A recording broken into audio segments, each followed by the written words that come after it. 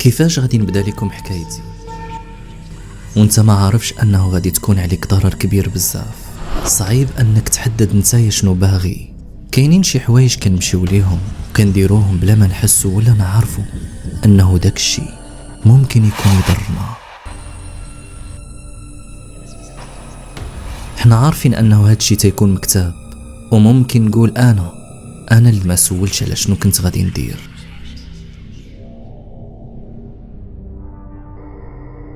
او لا على هذيك الحاجه اللي كنت غادي نمشي ليها، ولكن كنحمد الله وكنشكره انها دازت بخير.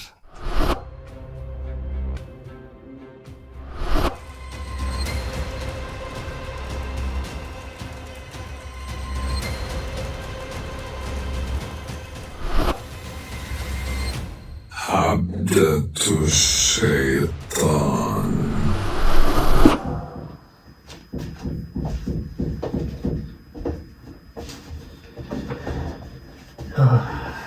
بسم الله. الخوت عندنا شي ناس كيصاوبوا شي حاجه في الدار وكاين تقرقيب، الله يستر وصافي. المهم خليونا نبداو الحكايه. بسم الله. سميتي عمر، عندي 29 سنه، والقصه ديالي غادي تبدا فاش كنت كنقرا في الثانوي الاعدادي. كان الحلم ديالي انني نقرا القانون ونرجع بحالي بحال عمي اللي كان قدوه بالنسبه ليا. والمشكل هنا هو ان النقطه اللي كانوا عندي كانوا طايحين بزاف، والمستوى ديالي ما كانش كيسمح لي انني نحقق الحلم ديالي. وكان هاد الشيء بسبب الاساتذه اللي كانوا كيقريونا وما كانوش كيتسوقوا لينا بالمره. واحد النهار جا عندي عمي وهضرت معاه وعاودت ليه داك المشكل اللي كان عندي، اي بمعنى المشاكل ديالي اللي كانوا مع الاساتذه. ومشى عمي وهضر مع الاب ديالي، فبين ما هما كانوا كيهضروا وشرح لي الامر والموقف اللي كنت انا فيه والمشكل اللي كان عندي مع الاساتذه. وهنا وافق الاب ديالي انه يبدل لي ديك المدرسه، واخا كانت بعيده شويه ولكن ماشي مشكل. المهم انني نكمل قرايتي ونكمل هاد السنوات اللي بقيت لي وناخذ المعدل اللي كنت كنستحق وندير داكشي اللي كنت باغي. المهم تحولت لثانويه جديده، وهاد المره وليت كنجيب نقاط مزيانه سبحان الله، وكيف ما تنقولوا تغيرت 180 درجه. هاد التقرقيب هذا ما نعرفتو صافي. المهم كملوا. هو ميساج جاني في التليفون عاوتانيك، ومشكله راني مزروب خصني نمشي نخدم. وخديت الباك ديالي بواحد النقطه اللي كيحلم بها اي واحد، وعاد زيد عليها انه جيت انا الاول في المدينه ديالي. سبحان الله، تغيير بسيط قدر انه يغير لي حياتي. ولو انه ما غيرتش المدرسه ديالي في الوقت المناسب يمكن ما نكونش وصلت لهاد الدرجه او لهاد الشيء اللي وصلت ليه دابا. ونصيحه مني للاباء، تبقاو تراقبوا ولادكم، وحتى الا شفتوا ولادكم عندهم مشكل او لاحظتوا انهم ما قادرينش يركزوا في قرايتهم او لما كيجيبوش النقاط مزيان، حاولوا تعرفوا سبب المشكل في الاول، او غيروا لهم المحيط اللي كيقراو فيه، مثلا القسم او حتى المدرسه كاع الا قدرتوا. المهم ما تهملوهمش، لان بعض المرات التغيير كيكون ايجابي في كتير من المرات. المهم اتصلت بعمي وقلت له داك الخبر اللي فرح من خلاله بزاف، وقال لي باللي غادي يعاونني حتى نوصل ونولي محامي معروف. وهذا الشيء فعلا اثر فيا وخلاني نجتهد اكثر باش نوصل داكشي اللي كنت باغي نوصل له. وفعلا من داك النهار هو كيبحث لي على المؤسسه اللي نقدر نكمل فيها قرايتي ونوصل لداكشي اللي كنت كنحلم به. ومن بعد ايام قليله اتصل بيا عمي وقال لي باللي انه كاينه واحد المؤسسه في كندا في هذيك الوقيته كانت دايره واحد العرض زوين، اي هما اللي غادي يتكلفون بجميع المصاريف حتى يكمل الدراسه ديالو. ومن بين هاد الشروط كامله انه لازم يكون عنده معدل مزيان. وانا في صراحه كان عندي كل شيء، لكن في نفس الوقت كنت متردد بزاف. فقررت انني نتصل بولد خالتي ونستشر معاه في الاول، بحكم ان ولد خالتي كان سبق ليه وداز من هاد الشيء. هزيت التليفون ديالي واتصلت به وقال لي غير توكل على الله، هذه فرصه كتجيك مره واحده في العمر، ما ترطيهاش. فتشجعت وتحمست وصليت صلاه الاستخاره ديالي وجمعت الورقات ودفعت الطلب وبقيت كنستنى الجواب. وما بين انايا كنت ندوز حياتي عاديه والاوقات ديالي عاديين والروتين ديالي كيف ما كنقولوا كان عادي، حتى داز تقريبا 15 يوم وهي تعيط عليا الجامعة وقالت لي باللي الطلب ديالي تقبل ونقدر نجي في الوقت الفلاني باش نقرا. بصراحة من كثرة الفرحة ما تيقتش راسي، بقيت كنبكي بقوة الخبر الجميل اللي سمعته. جمعت الحوايج ديالي واي حاجة غادي نحتاج ليها. اتصلت بولد خالتي وقلت لي على القضية ديال السكن، واش نسكن في الحي الجامعي اللي تابع ليهم اولا شنو ندير. لكن هنايا ولد خالتي نصحني بواحد النصيحة وقال لي اسمعني، هما كيعطيو لك واحد المنحة، ولكن محاش غادي نكمل مع هاد الناس هادو، ولكن الحي الجامعي ماشي زوين بزاف. المهم انا غادي نكمل، ومهم الا سمعتوا داك الصداع ما ديروش عليه وصافي، باش نقدر نكمل لكم هاد القصة بخير وعلى خير. لا هادشي بزاف الصراحة، يعني من الاحسن كري لك شي استوديو قريب. واش غادي نقول لكم اخوتي، لو كان غير درت بالهضره ديالو قطعت معاه ومشيت لعند الاب ديالي وسولته حتى هو نفس السؤال، لكن الاب ديالي كان عنده راي اخر. قال لي يا ولدي سير بعد الحي الجامعي وشوف وما تزربش يا ولدي، انت اصلا مازال حتى ما وصلت لتماك ومازال ما شفت والو. خاصك يا ولدي تتعلم كيفاش تسير الامور ديالك، والغربه راها صعيبه بزاف. يعني يا ولدي تقدر مثلا بدوك الفلوس اللي غادي تخسرهم في الكرا ينفعوك في حوايج اخرين، وحتى الا ما عجبكش الحال في هذيك الساعه خرج وقلب عليك لا سكن، لكن ما تزربش في الاول حتى تشوف. وطبعا هذه نصيحه يقدر يعطيها لاي اب الابن ديالو، لكن اللي كان مخبي كان صادم بالنسبه ليا، وهانتم غادي تعرفوا اعلى من كنهضر.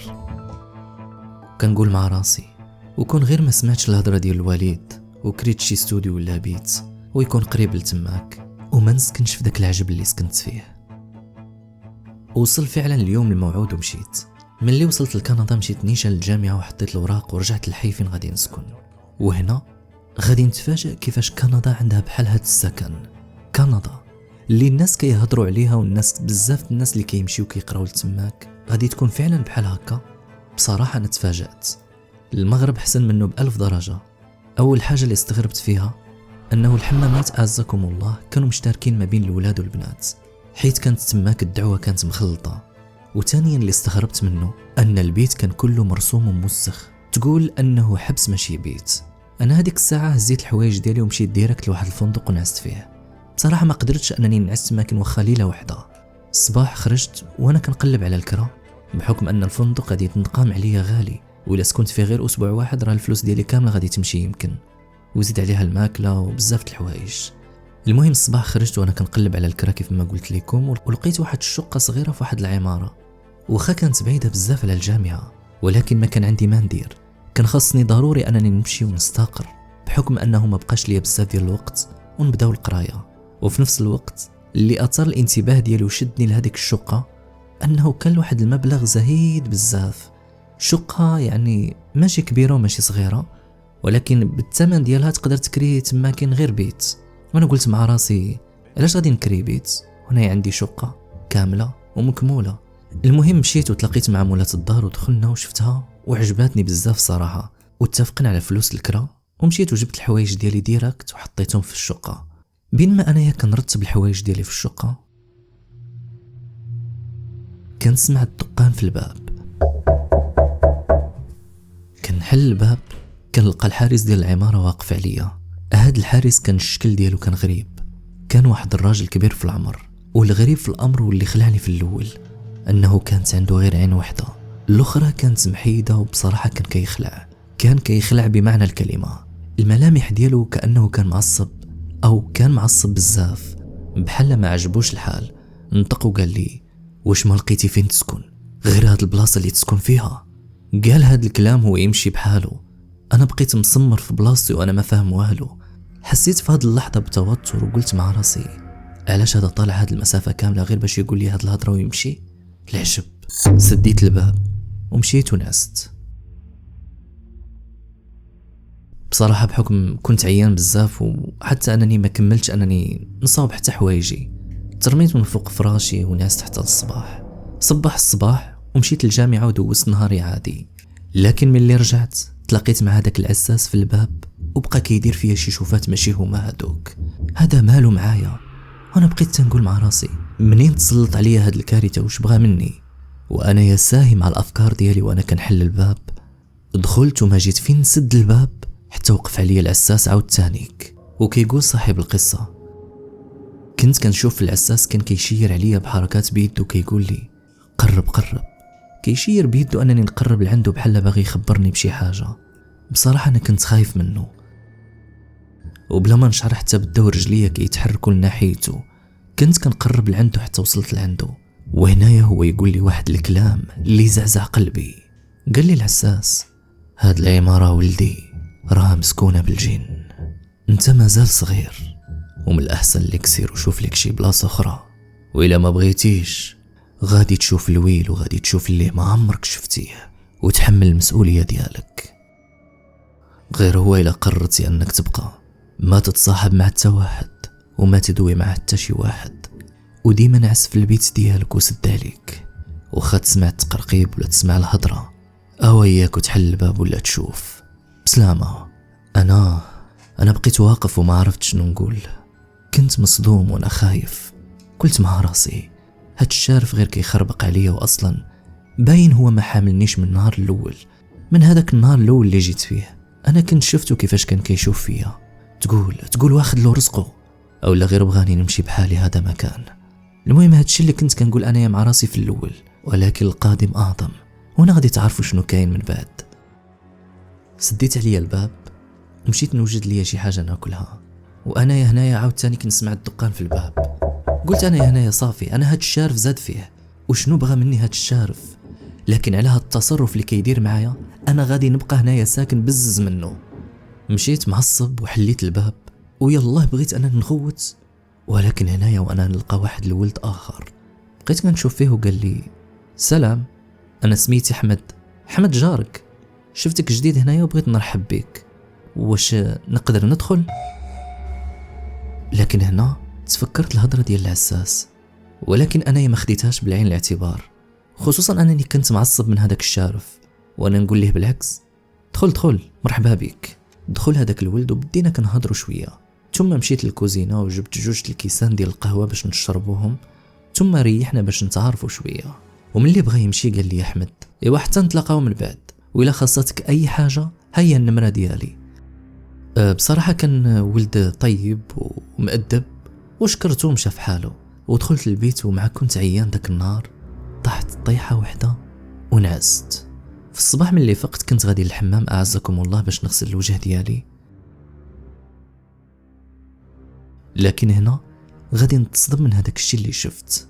كنخرج من البيت ديالي حتى كنتفاجأ ان احمد ناعس من فوق الفوتاي اللي في وسط الدار. تا كيفاش هذا دخل؟ تخلعت ومشيت كنفيق فيه وقلت ليه شنو كدير نتايا هنايا، ومنين جبتي السوارت ولا منين دخلتي؟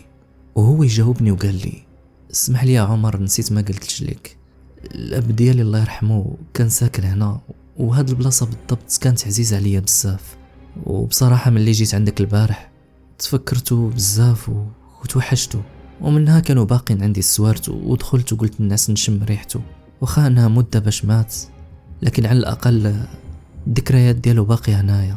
وانا هنايا نتعصب وقلت ليه اسيدي واخا يكونوا عندك السوارت ما تدخلش لديور الناس بلا شوار. انا اعتذر مني احمد وخرج، ولكن الفكره ديال باه والسوارت ما دخلتش ليا الهضره ديالو لراسي، حيت جاتني في شكل غير تيخرج وكيدخل في الهضره. انا كنقول مع راسي اش هاد التخربيق، وهنايا نطلع على الساعه ونتفكر انني تعطلت على الجامعه. اش هاد النهار يا ربي باين من صباحه.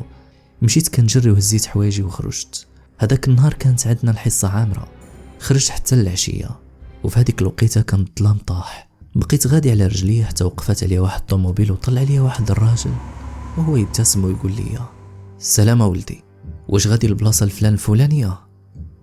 قلت ليه وشكون انت؟ وهنايا اخوتي قال لي هذاك الكلام اللي صدمني، قال لي انا الاب ديال احمد. سكت وما رديتش عليه، وانا نقول مع راسي كيفاش هو قال لي باه مات وهذا جا دابا يقول لي باللي باه؟ يمكن الحارس ديال العماره كان عنده الحق، كان عليا نسمع الكلام ديالو ما نهضر مع حتى شي واحد، وكان خاصني من الاول انني نبعد على هاد البلاصه ملعونه من الاول. قطع الافكار ديالي داك السيد وهو يقول لي ولدي واش تبغي نوصلك؟ وهنايا وانا بلا ما نشعر قلت ليه واخا. بصراحه انا ما كنتش باغي نطلع معاه، ولكن ما شعرتش براسي حتى لقيت راسي معاه في اللوطو لداخل. ملي وصلت العمارة نزلت من الطوموبيل، وهنايا وانا كنشوف في داك العساس اللي كان جالس بلاصتو قدام الباب كان مخنزر ومحمر فيا عينيه كأنني قاتل ليه الروح. ملي فت من قدامه قال لي واحد الهضرة من تحت فمه: ما كتسمعش الهضرة، ما كتسمعش الهضرة.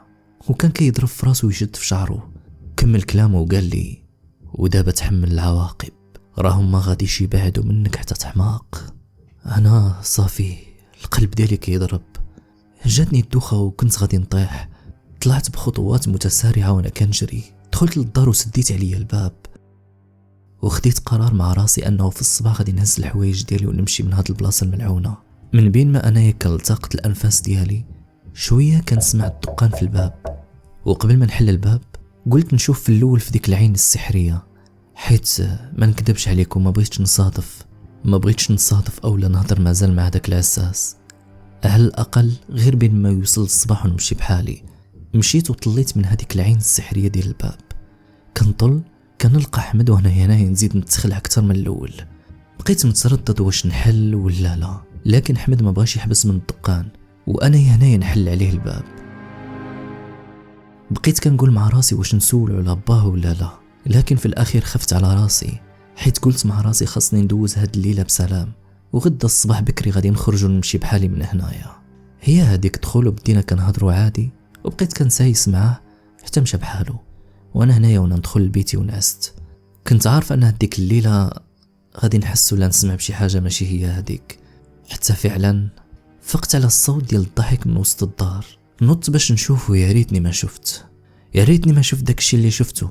ملي شفت صدمت والقلب ديالي كان باغي يسكت. تخيلوا معايا خوتي، نتايا ساكن بوحدك في الدار، كتفيق كتلقى احمد وباه ومو وخوتو الصغار كانوا جالسين وكيضحكوا وكياكلوا عادي، كأنهم جالسين في دارهم سهرانين في جو عائلي زوين. بقوة الخلعة اللي فيا كنت غادي نسخف تماك، وانا نتفكر آية الكرسي وبديت كنقرا فيها وانا كنبكي. فرمشت العين ما بقاوش كيبانوا واختفوا كل شيء. شفت انا هنايا في الساعة وكنلقاها 2 ديال الليل.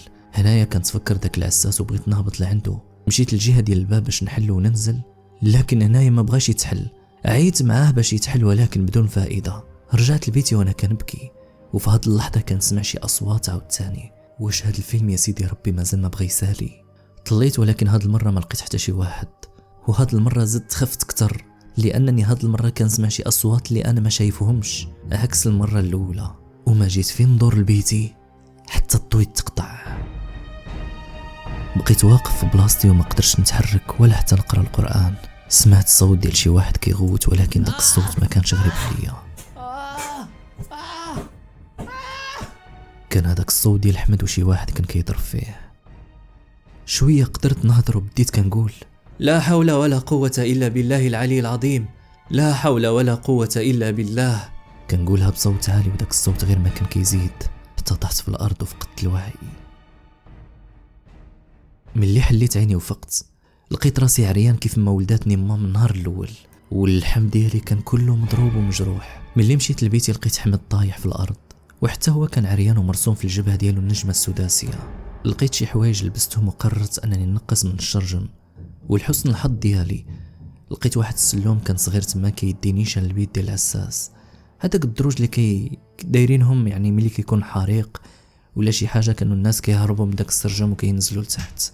المهم انا هبطت منه حتى وصلت للسرجم ديال العساس، وانا هنايا كنت صدم عاوتاني.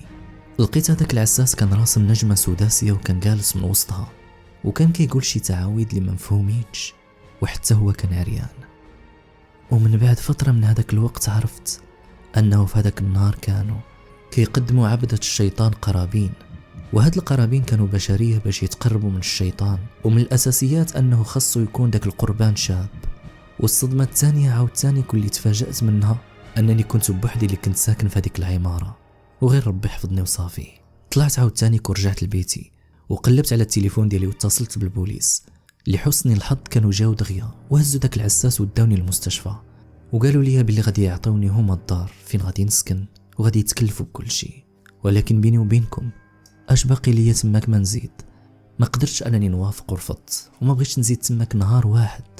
وملي خرجت من السبيطار قلت لهم ضروري انني خصني نرجع لبلادي. مشيت ديريكت نيشان المطار واول طياره طلعت فيها ومشيت لبلادي الحبيبه، وحتى من حوايجي سمحت فيهم تماك.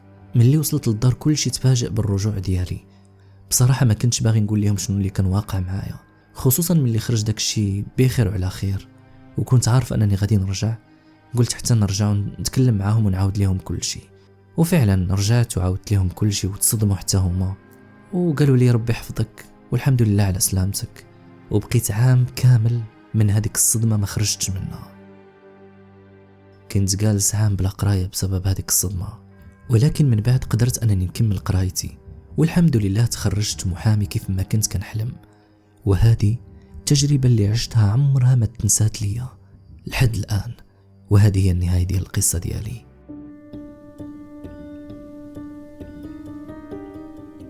اهلا ومرحبا بكم اصدقائي من جديد. هاد القصه بالذات قصه هذه ماشي يعني طرات الواحد يعني مغربي ومشى لكندا ورجع للبلاد. هذه قصه فعلا حقيقيه ودولت بزاف يعني في الصحف وفي واحد المجلات، يعني بالضبط في دولة عمان. وهذا السيد كان من دولة عمان ومشى لكندا باش يقرأ. وأيضا يعني بزاف الناس اللي عاودوا هذه القصة وحبيتها وقلت أنني نشاركها معكم. هذه القصة فيها بزاف تساؤلات، وكيف ما يعني كان خلى واحد تدوينة صاحب القصة في هذيك المجلة أنه في هذاك الوقت ما بغاش يزيد يفهم أكثر أنه كيفاش أنه داك الولد اللي تعرف عليه شكون هو من الأساس، وشنو اللي صراله من بعد، واش توفى، واش من اللي شافه في هذيك الحالة كان متوفي، أولا هذاك الولد أصلا ما كاينش غير كان كيتخيله. على حسب الكلام ديالو قال بصراحة ملي كانوا جاو البوليس كانوا خداوه هو السبيطار وخداو داك العساس يعني خداوه للحبس. أما هذاك الولد اللي كان كيقول عليه أنه الصديق ديالو ما لقاليش الأثر. هادو التساؤلات اللي بقاو كيتراودوا ليه يعني لحد الآن، واللي ما كانش لقى ليهم الجواب. القصة كانت غريبة صراحة، وكتخليك تطرح بزاف ديال الأسئلة اللي من بينهم شكون هو أحمد، وشكون هي هذيك العائلة، وعلاش هو بالضبط، وعلاش ما باش يسمع الهضرة من الأول، وشكون هذاك العساس من الأساس. التحليل المنطقي من هاد الشي كامل هو أن أحمد مات هو والعائلة ديالو تماك في ديك العمارة، وبالضبط في هذيك الشقة، وكانت روحه وشي جني تيجي بصيفة أحمد باش يحضر عمر ويخوفه باش يهرب من تماك.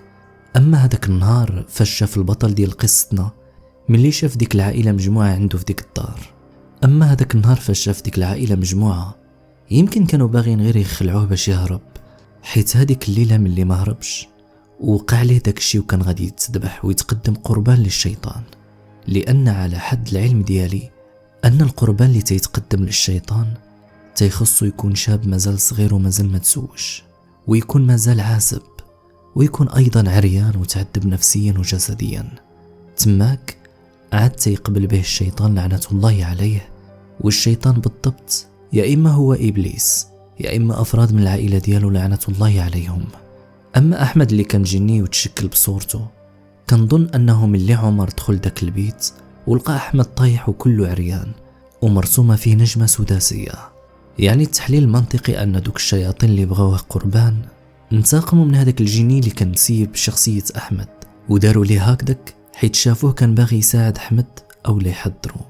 أما بخصوص العساس فهاد الفرضية أو ماشي فرضية هي تأكيد من داكش اللي قاله هو العساس بنفسه. فرح قال بلسانه واعترف أنه كان من عبدة الشيطان، والمشكل هو أنه كان طايح في مصيده وملزم باش يبقى مع الشياطين.